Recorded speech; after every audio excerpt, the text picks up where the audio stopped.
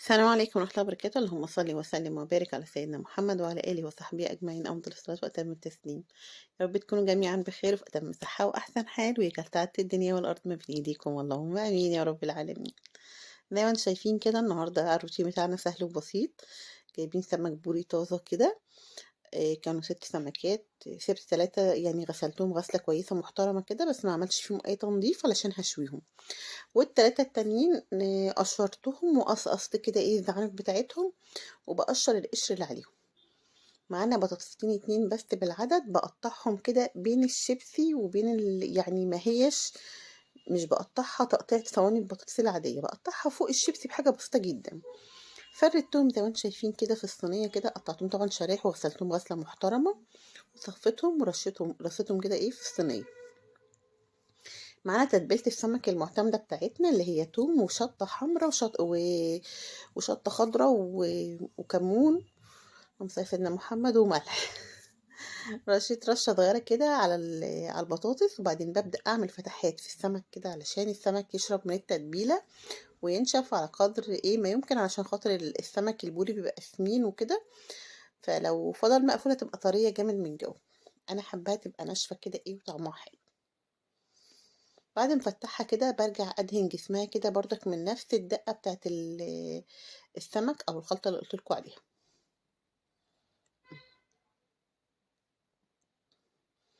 نشكر إخواتنا بقى الفلسطينيين بدعوة حلوة كده، إن ربنا ينصرهم في أقرب وقت ويرد لهم أرضهم رَدًا جميلًا، عايزة نتعجب له أهل السماء والأرض، وإن ربنا يفك الكرب عن كل بلد فيها عدوان أو فيها حد يعني مغتصب أرضها أو كده، أو بيمارس قوة أو السيطرة عليهم، إن ربنا يرد لكل بلد عزتها وكرامتها كده وأرضها في أقرب وقت، اللهم آمين يا رب العالمين. شرايح طماطم بقى كده قطعيها برضك ضعيفة شوية كده، يعني برضك يعني تكون خفيفة بالسكينة حامية كده. قرون شطة بقى خضرا بقى تكون حراقة كده، انتي وراحتك، هتحطيها برد حطي، لو عندك فلفل ألوان برضك حطي ألوان على قد ما تقدري. صينية البطاطس دي بتحب ألوان يعني.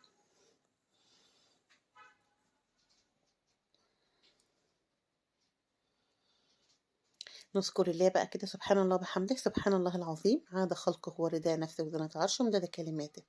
سبحان الله والحمد لله ولا إله إلا الله والله أكبر، ولا حول ولا قوة إلا بالله العلي العظيم.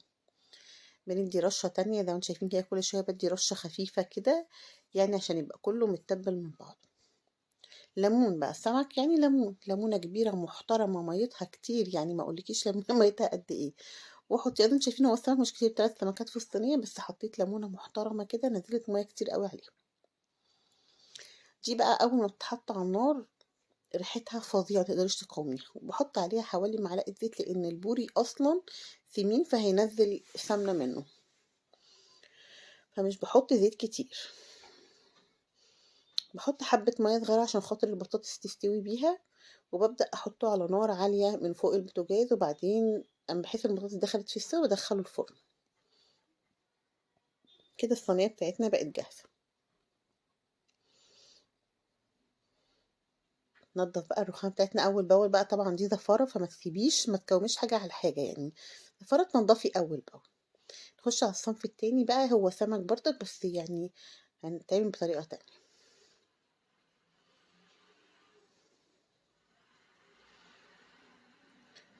السمك البوري لازم تغسليه كويس جدا، لأن الزعانف بتاعته بتكون شايلة طينة من جوه من المية.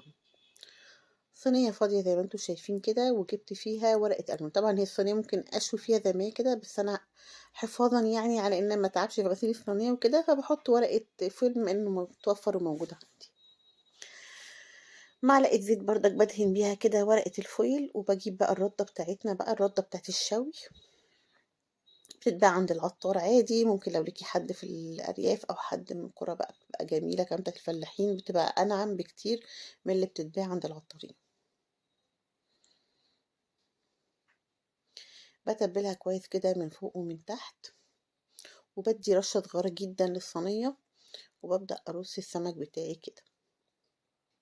هو مقفول، يعني هو يدوبك مغسول غسلة نضيفة وتمام التمام، وبيتشوي وهو مقفول، يعني صراحة دي أفضل طريقة للشوي. في طرق طبعًا تانية طبعًا أنا عملتها كل الطرق على القناة، يعني عملت اللي هو المحشي والسنجاري والشوي وهو بطنه محشية خلطة حلوة كده محترمة هتلاقيها برضك عندِك على القناة.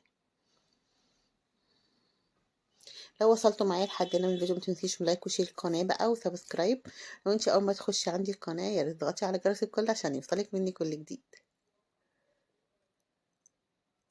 حاولي تتبلي جسمها كله بالردة، يبقى جسمها كله كده متغلف بالردة، عشان لما تتشوي ما يبقاش اللحم بتاع السمكة هو اللي بيتحرق منك أو هو اللي بتشوي فيقوم يبقى ناشف ويديكي مرارة.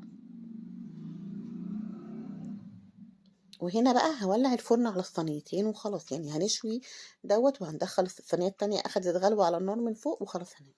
هنا طبعا كان النور قطع بس أنا كنت مزودة الإضاءة شوية بالكشافات.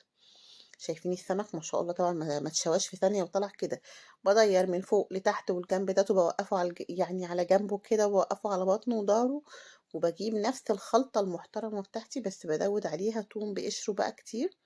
مهم. هنا أنا مش هملحه بمية، مش هحط له أي مية. نقول تاني الخلطة اللي مش فاكرها: كمون وملح وثوم وشطة حمرا وشطة خضرا شطة ناعمة و... وليمون.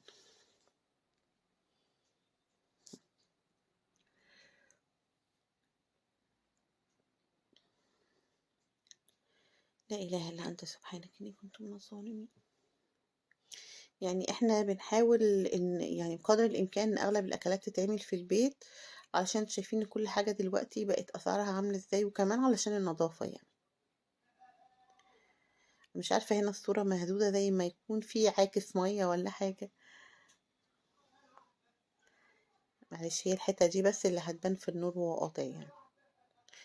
بتبل بقى السمك بتاعي كويس، وبجيب بقى ليمون بردك ليمونة محترمة كده واعصر بقى ايه. لو الليمونة انت مش عارفة ان فيها مية محترمة يعني ايه زودي بقى حطي ليمونتين او 3.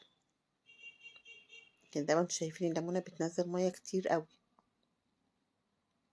وبروح لفاه بقى كده في ورق الفويل لفة محترمة علشان يتكمر كده، وهو لسه طبعا سخن طالع من الفرن، يشرب التتبيلة بتاعته وهينزل هو من نفسه كده المية بتاعته ياخد ويدي مع بعضه كده. وشمي احلى ريحة بقى واحلى طعم واحلى سمك تاكليه.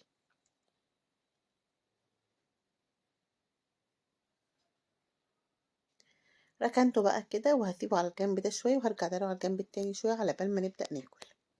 كان النور جه بقى وكنت خلاص طبعا من بدري، بس استنيت ايه يعني كان جوزي في مشوار استنيته لما يجي وعشان نتغدى كمان ايه والنور موجود يعني. عملت السلطة وغسلت الخضار وحضرت كل حاجتي وعملت حبة الرز بتوعنا. هنقلب السلطة كده، حط عليها رشة ملح، طبعا الملح بتاع السلطة ما بيتحطش غير في الآخر خالص عشان ما تنزلش مية كتير.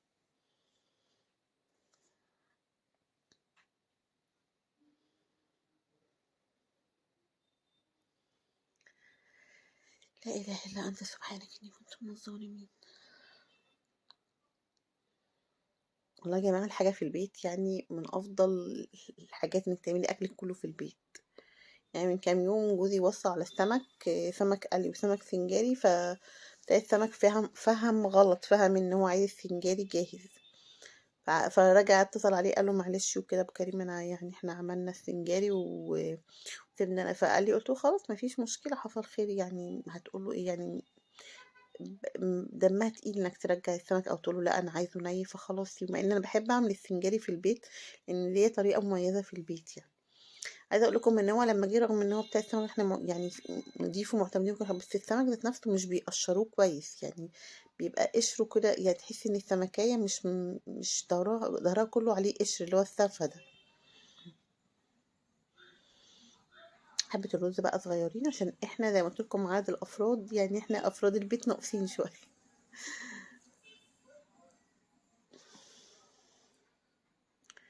هنعرف كده بقى الرز بتاعنا وحطينا طبعا حضرنا سلطة وحضرنا ده وحضرنا ده وطلعنا حبة مخلل وهي كده خلاص السفرة بتاعتنا جاهزة يعني.